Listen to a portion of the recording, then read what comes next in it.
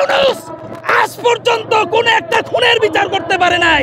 উনি একটা কাজ খুব ভালো করে, নারীদেরকে নিয়ে যে কিছু পতিতা আছে তাদেরকে হাজিয়ে দেয়, তাদের জন্য বাজেট ঘোষণা করে, কিন্তু ধর্মীয় অঙ্গনে কোনো কাজ করতেছে না। ডক্টর ইউনূস একদিন পূর্বের সরকারের ন্যায় পালায়ে যেতে বাধ্য হবে।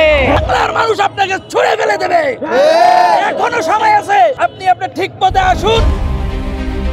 দেশের প্রাথমিক বিদ্যালয়গুলোতে সঙ্গীত শিক্ষক নিয়োগ এবং নিয়োগের তৃতীয় লিঙ্গের কোটা রেখে প্রজ্ঞাপন জারি করায় ক্ষোভে ফুঁসে উঠেছেন ধর্মপ্রাণ মুসল্লিরা। সম্প্রতি স্কুলগুলোতে সঙ্গীত শিক্ষক নিয়োগের প্রজ্ঞাপন জারি করে বিতর্কের মুখে পড়ে অন্তর্বর্তী সরকার। একই সঙ্গে প্রজ্ঞাপনে তৃতীয় লিঙ্গের জন্য কোটা সংরক্ষণের কথাও বলা হয়, যা আরও ক্ষোভ ছড়িয়ে দেয় ইসলামী দলগুলোর মাঝে। জীবন অবাক না করলে কে করবে? 28% মিল্ক ফ্যাটের অবাক করার সাথে ফ্রেশ মিল্ক পাউডার। জীবন অবাক করুক প্রতিদিন।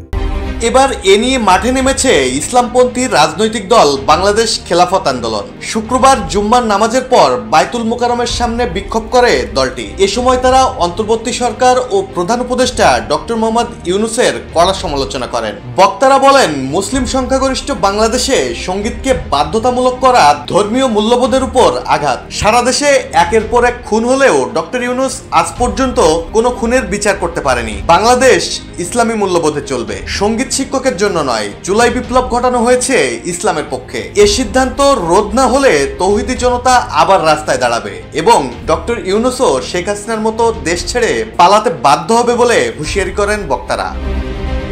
৬৫,০০০ সঙ্গীত শিক্ষক নিয়োগের ঘোষণা দিয়েছে, তার সাথে 1% সমকামী শিক্ষক রয়েছে।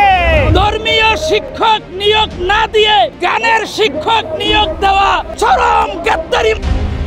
তাদের মতে ধর্মীয় ও নৈতিক শিক্ষা যেখানে উপেক্ষিত, সেখানে সঙ্গীত শিক্ষক নিয়োগের সিদ্ধান্ত জাতীয় স্বার্থবিরোধী ও দেশের মানুষের সাথে গাদ্দারি। ইসলামে বাদ্যযন্ত্র ব্যবহার নিষিদ্ধ, তাই গানের শিক্ষক নয় বরং প্রতিটি স্কুলে ধর্মীয় শিক্ষক নিয়োগ করা হোক।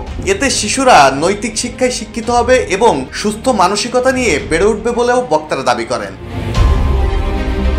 অন্যদিকে তৃতীয় লিঙ্গ কোটা নিয়েও রয়েছে তৌহিদি জনতার কড়া আপত্তি। তারা বলছেন, তৃতীয় লিঙ্গ কোটার নামে সমকামিতার মতো পশ্চিমা এজেন্ডা শিক্ষা ব্যবস্থায় ঢুকিয়ে দিতে চাইছেন ডক্টর ইউনূস। এটি সমাজে নতুন বিশৃঙ্খলা তৈরি করবে বলে তাদের আশঙ্কা।